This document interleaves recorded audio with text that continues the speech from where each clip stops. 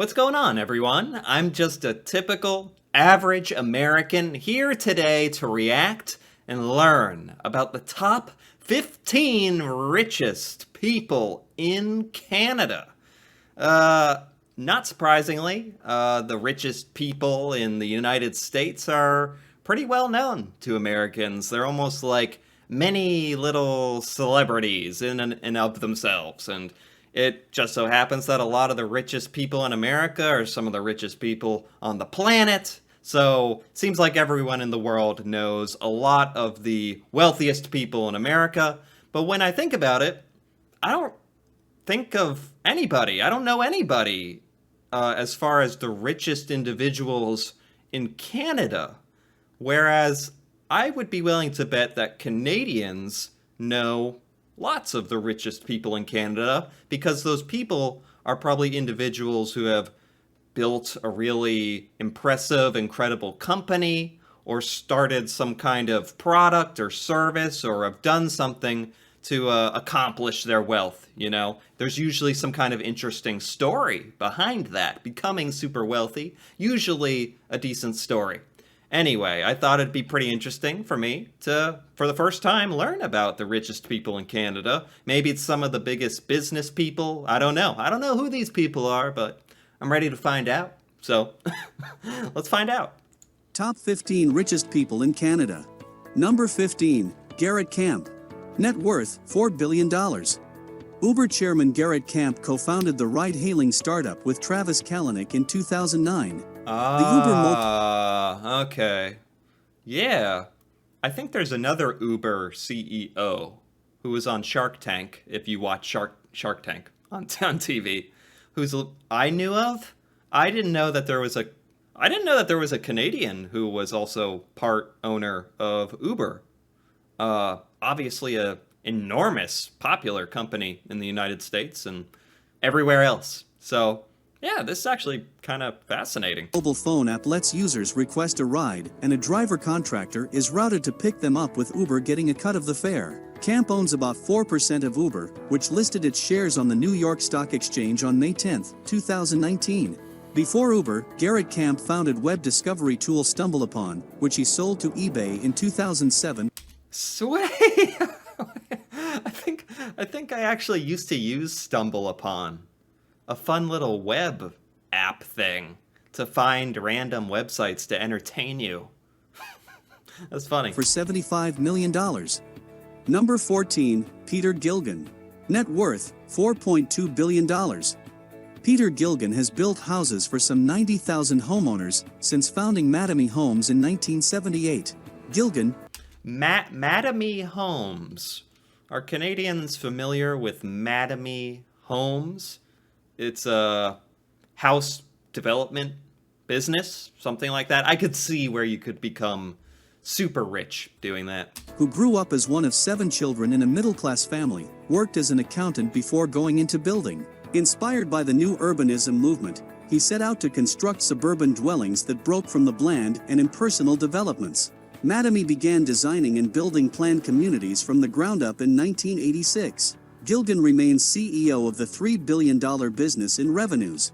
Okay, that's kind of cool. If he was really trying to make houses a little more interesting, break the mold, that's pretty cool. That's a cool business. Number 13, Anthony Von Mandel. Net worth, $4.4 billion. Anthony Von Mandel created the ready-to-drink alcoholic beverages White Claw Hard Seltzer and Mike's Hard Lemonade through his Mark Anthony brands. That's funny. That is funny. This has all been stuff I actually am vaguely familiar with somehow. He owns White Claw and Mike's Hard Seltzer? Those are huge in the United States, by the way. That is funny, becoming rich, a billionaire from Mike's Hard Lemonade. Okay. No, I respect it. Okay. Von Mandel told Forbes his U.S. business is estimated to deliver close to $4 billion in revenue in 2020. He began his career in the Canadian wine business as an importer in the 1970s at age 22. He currently owns 5 wineries in Canada, including Mission Hill Winery in British Columbia's Okanagan Valley. Oh, he's more of a wine guy in Canada. Okay, a wine guy. Is there going to be someone on this list who's like a billionaire maple syrup owner? What's the most popular brand of maple syrup in Canada? It's probably good stuff. Huh. I don't know. I hope he's a billionaire. Through his company Mark Anthony Wine and Spirits, Vaughan Mandel is a leading figure of Canada's alcohol importing and distribution sector. Number 12, Alain Bouchard.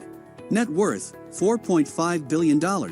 Alain Bouchard co-founded convenience store conglomerate Alimentation Couche-Tard with a single Quebec shop in 1980. Couche-Tard. Is that a convenience store?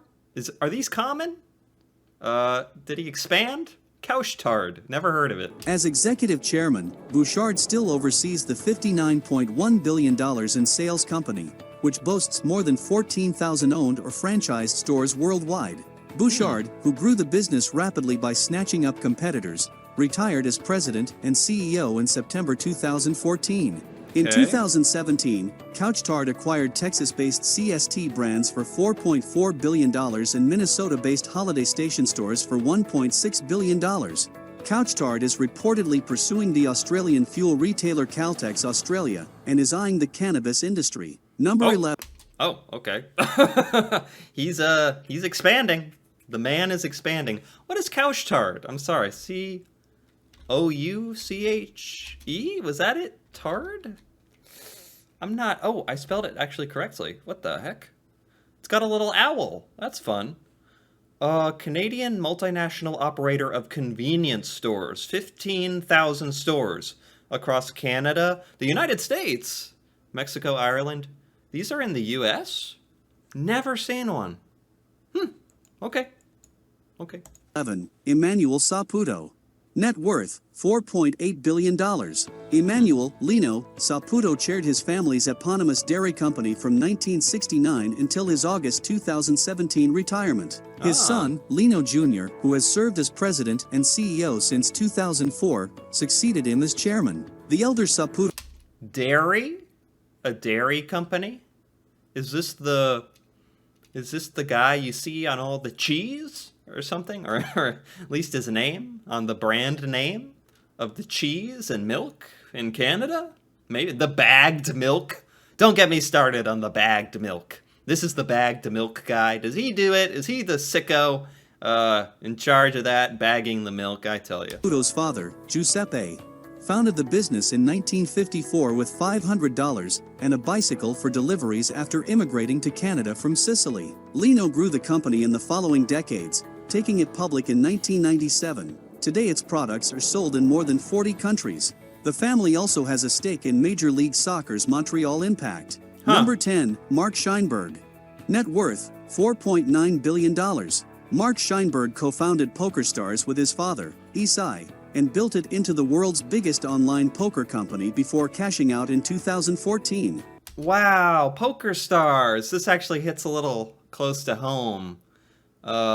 I am a poker fan, and man, me and all the actual poker, like super hardcore poker players are still furious that online poker is banned in the United States. Banned legally, gone forever. But I still know PokerStars, very popular website. A lot of poker professionals move to Canada, even to this day, I would think. Moved to Canada to be able to play online poker. So that's really cool. I think that's super cool that he made PokerStars. Scheinberg, who owned 75% of Rational Group at the time, pocketed more than $3 billion from the sale. He helped launch PokerStars in 2001 at age 28 and benefited tremendously from the poker boom that soon swept the US and the rest of the world. Scheinberg is investing some of the proceeds in Madrid, where he is helping restore 7 historic buildings for commercial and residential use. In 2018, Scheinberg bought a stake in the Ritz-Carlton Yacht Collection from majority owner, private equity firm Oaktree Capital. He also owns the One Hotel in Toronto, Canada, which is set to open its doors in late 2020. Okay, just casual billionaire stuff. Buying homes and hotels in Madrid and Canada. Okay, just billionaire stuff. Number 9, Chip Wilson. Net worth, $5.6 billion. Dennis Chip Wilson, the founder and former CEO of Lululemon, opened Lululemon's first store in Vancouver in 2000. Oh, that's a Canadian brand? Lululemon. I'm no fashionista. Look at me. Just look at me. No. I don't know about fashion. I don't know about Lululemon. It is big enough that I have heard the name. I know of its existence. Lululemon. So that's cool. And I didn't know it was Canadian. I had no idea. He took the firm public in 2007, but resigned as chairman in 2013 and removed himself from the business completely in 2015. In 2013, Wilson blamed Lululemon's two-sheer pants on women's body types, causing an uproar among fans. Ooh. Although Wilson has no management role in Lululemon, he remains its biggest individual shareholder. Wilson is currently involved in Hold It All, which has businesses in apparel, real estate, and private equity. His investments include stakes in Finnish sporting goods firm Amer Sports and Chinese sports apparel company Anta Sports. Number 8. Okay. Jim Pattison. Net worth, $5.6 billion. Jim Pattison oversees a sprawling group that operates 25 divisions including packaging, food and entertainment. Pattison's first business was a GM dealership he bought in 1961. So, this guy basically is kind of a boring, the type of billionaire who's just a billionaire because he owns a lot of huge, successful companies that I may not have heard of, like a packaging company and like important stuff, but not as exciting or glamorous as owning Lululemon or the dairy company or what have you. Canadian billionaire also controls more than 40% of publicly traded forest products company Canfor. His entertainment division includes Guinness World Records, the Ripley's Believe It or Not. Never mind. That's cool. I know Ripley's Believe It or Not and Guinness World Records. All right, at least he invests in cool stuff. Chain and Great Wolf Lodge's Canadian franchise rights. Oh, I don't know about this Wolf Lodge. Never heard of this. Is this a Canadian thing? Look at these things. Very friendly, I guess. Number 7. James Irving. Net worth, $6.2 billion. James Irving owns J.D. Irving, a conglomerate with more than 24 companies in frozen foods, retail, shipbuilding, transportation and more. His timber and forestry operation, based in New Brunswick, has planted over 1 billion trees since 1957. Well, that's good.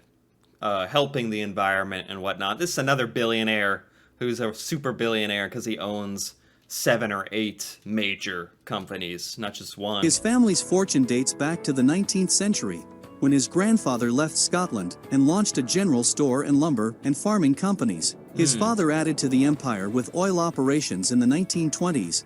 Upon his 1992 death, the 3 brothers James, Arthur, and John split the assets. Irving Woodlands, a division of J.D. Irving, is the 6th largest landowner in the U.S. with 1.25 million acres of land.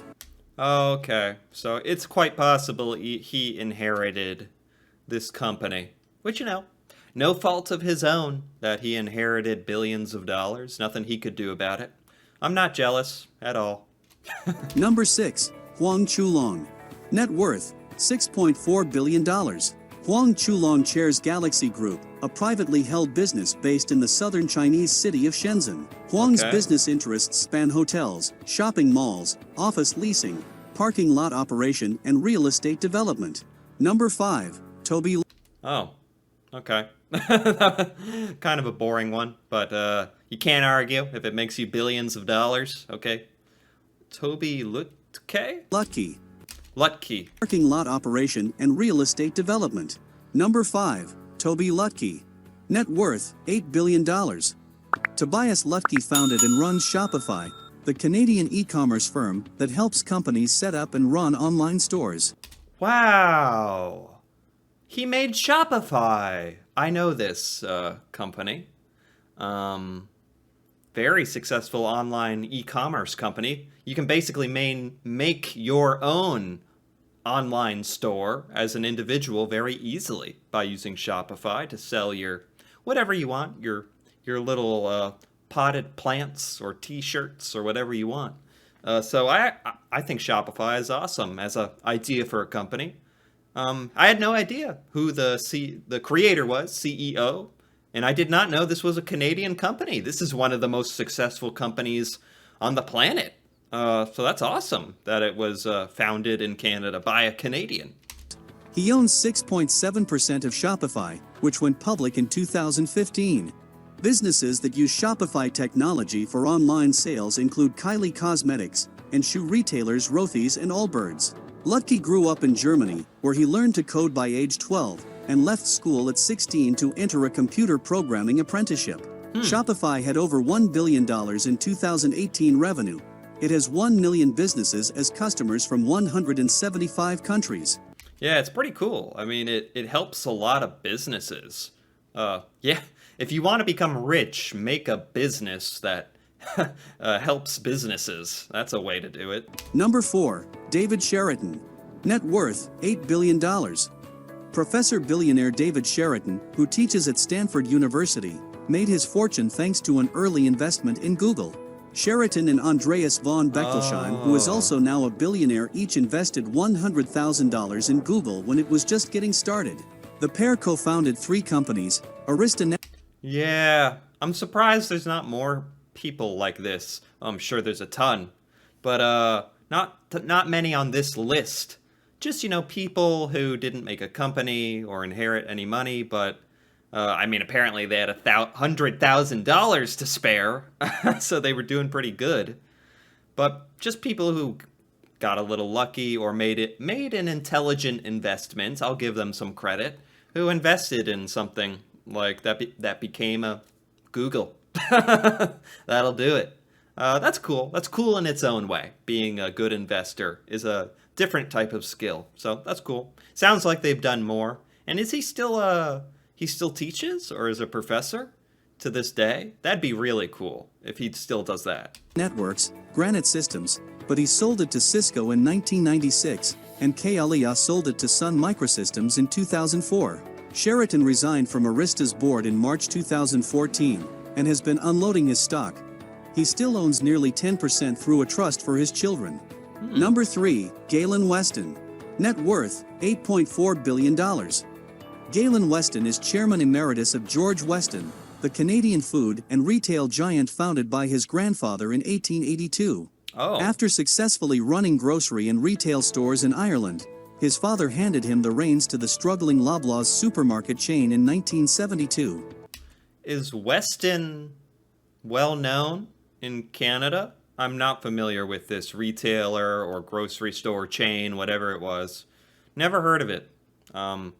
This must be a Canadian thing. He turned the company around by lopping off underperforming stores and redesigning the rest. His son, Galen Jr., now runs both George Weston Limited and Loblaws, which acquired Canadian drugstore chain Shoppers for about $12 billion in July 2013. Weston also owns a group of upscale retailers, Canada's Holt Renfrew, Ireland's Brown Thomas, and UK department store Selfridges. Number 2, Joseph Tsai. Net worth, $12.6 billion. He is vice chairman and co-founder of Alibaba Group, and ranks as its second largest individual shareholder after chairman Jack Ma. In 2008, that'll do it. Alibaba is outrageously big company. Mostly in China, I believe. Although this shareholder appears to be Canadian, part owner. That's pretty cool. He bought 49% of the Brooklyn Nets National Basketball Association team. The following year he purchased the remaining 51%. He holds 2 degrees from Yale University, an undergraduate degree in economics and East Asian studies, and a law degree. Taiwan-born Tsai carries a Canadian passport. Number 1, he carries a Canadian passport. Does that make you technically Canadian? Is he here because of a technicality, or is his residence in Canada? I don't know if he can be number 2 on the list if he hasn't lived in Canada for some part of his life, Anyway, I don't know, but we'll see. David Thompson, number 1. David Thompson, net worth, $39.3 billion. Wow. The richest man in Canada, David Thompson, and his family control a media and publishing empire founded by his grandfather, Roy Thompson. The family's biggest holding, more than 320 million shares of Thomson Reuters, where Thomson serves as chairman. In Owns a media company. I've heard of Reuters. I think that's pretty common in the United States. Is this a big Canadian media outlet, I'm guessing? And plus, he didn't actually create it himself. His father or grandfather did, which is okay. You know, family business. Uh, but kudos to whoever made this company. It's obviously doing pretty well. In 2018, Thomson Reuters announced it was selling a controlling stake in Refinitiv, a financial data provider, to Blackstone for $17 billion. The family also holds a stake in telecom giant Bell Canada and own the Toronto-based Globe and Mail newspaper. Okay.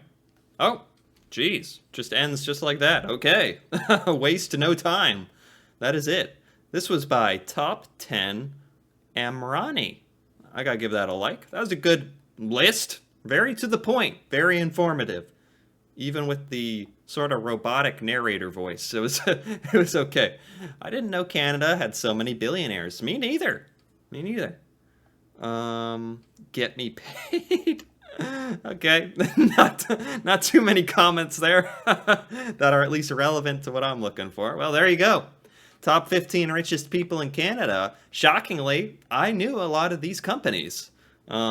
Maybe that's not so shocking. Maybe when you become one of the most successful companies in Canada, you're bound to expand into the United States.